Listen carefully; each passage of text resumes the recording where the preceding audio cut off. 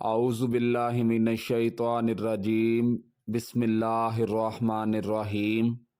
پاک ہے وہ ذات جس نے ہم سب کو پیدا کیا، دیکھتی آنکھوں سنتے کانوں۔ موٹیو اسلام کی طرف سے آپ کو میرا سلام پہنچے۔ مکران شاہ بادشاہ گزرا ایران کا۔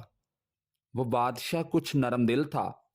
ایک دفعہ وہ سیر کے لیے نکلا کہ درمیان میں ایک پل آتا تھا جو کہ دریا کا پل تھا، اور دریا کے دوسری طرف ایک خوبصورت جنگل تھا اور سبزہ ہی سبزہ تھا، اور وہاں پہ سیر گاہیں بنی ہوئی تھیں۔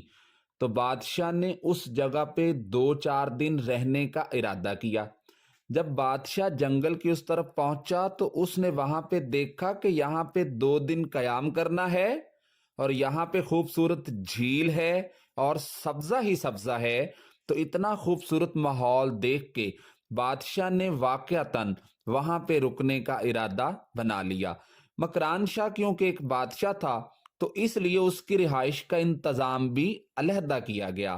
اس کے سیکیورٹی گارڈ اور سپاہی جو تھے وہ اس سے علیحدہ رہتے تھے۔ ایک دفعہ مکران شاہ سیر کے لیے نکلا ہوا تھا، تو جس جگہ پر بادشاہ گیا ہوا تھا اس کے علاوہ جہاں بادشاہ کے سپاہی رہتے تھے نا، وہاں ایک بڑی عورت بھی رہتی تھی، اور اس بڑی عورت کے پاس ایک گائے تھی، اور وہ گائے سارا دن جنگل کے اندر چارہ کھاتی رہتی، اور جب وہ گائے گھر لوٹتی تو بوڑھی اماں اس گائے کا دودھ دوتی اور دودھ پی کے سو جاتی۔ وہ گائے چونکہ بڑی خوبصورت تھی تو بادشاہ کے سپاہیوں کا وہ گائے لینے کا ارادہ بن گیا۔ تو بادشاہ کے سپاہی اس بڑی اماں کے پاس گئے۔ وہ سپاہی جب بڑی اماں کے پاس پہنچے تو آ کے کہنے لگے، اماں یہ تیری گائے بڑی پیاری ہے، بڑی ہی خوبصورت ہے، تو ایسا کر یہ گائے ہمیں بیچ دے۔ تو بڑی اماں کہنے لگی، یہ گائے میرے بڑھاپے کا سہارا ہے، میں اس کا دودھ پی کے گزارا کرتی ہوں، میں اس گائے کو بیچوں گی نہیں۔ سپاہیوں نے اس اماں سے ایک دفعہ پھر کہا کہ یہ گائے ہمیں بیچ دے، تو وہ اماں آگے سے کہتی ہیں کہ میں یہ گائے نہیں بیچوں گی۔ تو سپاہی کہنے لگے، اگر تو یہ گائے نہیں بیچے گی تو ہم تجھ سے زبردستی لے لیں گے۔ اس عورت کی گائے سپاہی زبردستی ذبح کر کے کھا گئے۔ اس اماں تک بادشاہ کا پہنچنا نہ ہوا، لیکن اس اماں کو بادشاہ تک اس لیے نہیں پہنچنے دیا گیا کیونکہ وہ اماں غریب تھی، اس کی رسائی نہ ہو سکی۔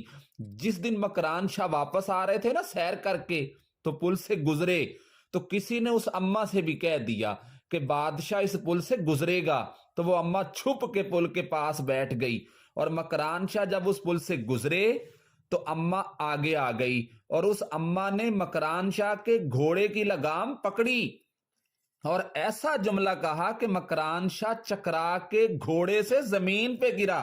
وہ بڑی کہنے لگی، مکران شاہ تیرے سپاہی میری گائے ذبح کر کے کھا گئے ہیں، تو بتا کہ اس گائے کا حساب اس پل پہ کھڑے ہو کے دینا ہے کہ پل صراط پہ کھڑے ہو کے دینا ہے؟ بتا، یہاں کھڑے ہو کے دے گا، وہاں کھڑے ہو کے دے گا؟ بول، تجھے جواب دینا پڑے گا۔ ایوانوں میں کھلے ہو کے بیٹھنے والوں ذرا بتاؤ، زینب کا جواب قصور میں کھڑے ہو کے دو گے کہ قیامت کے دن اللہ کے ایوان میں دو گے؟ بتاؤ کہاں حساب دینا ہے، یہاں دینا ہے کہ وہاں دینا ہے؟ حساب تو بہرحال تمہیں دینا پڑے گا، یہاں دے دو چاہے وہاں دے دو۔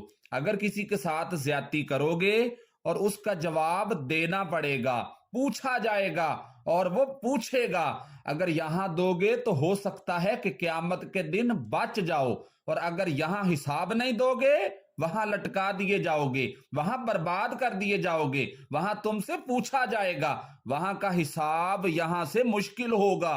اس بڑی اماں کی یہ بات سن کے مکران شاہ چکرا کے زمین پہ گرا، اور اماں کے قدموں میں گر کے کہنے لگا، او بی بی میں حساب وہاں نہیں دے سکتا، تو نے جو بھی لینا ہے یہیں لے لے، آ جاؤ، ابھی بھی سیدھے راستے پہ آ جاؤ، ابھی بھی وقت ہے، ابھی بھی گنجائش ہے، ابھی بھی اللہ نے موقع دیا ہے، مہلت کے دن ہیں، ابھی اللہ نے ہمیں موقع دیا ہے، اس لیے ہمیں بھی چاہیے کہ ہم باز آ جائیں، پلٹ آئیں، اللہ کے حضور حاضر ہو جائیں۔ اور ویسے بھی نا اس معاشرے کو صفائی کی ضرورت پڑ گئی ہے، اس لیے ہمیں بھی چاہیے کہ جس بندے کا حق ہے اس حقدار تک پہنچائیں۔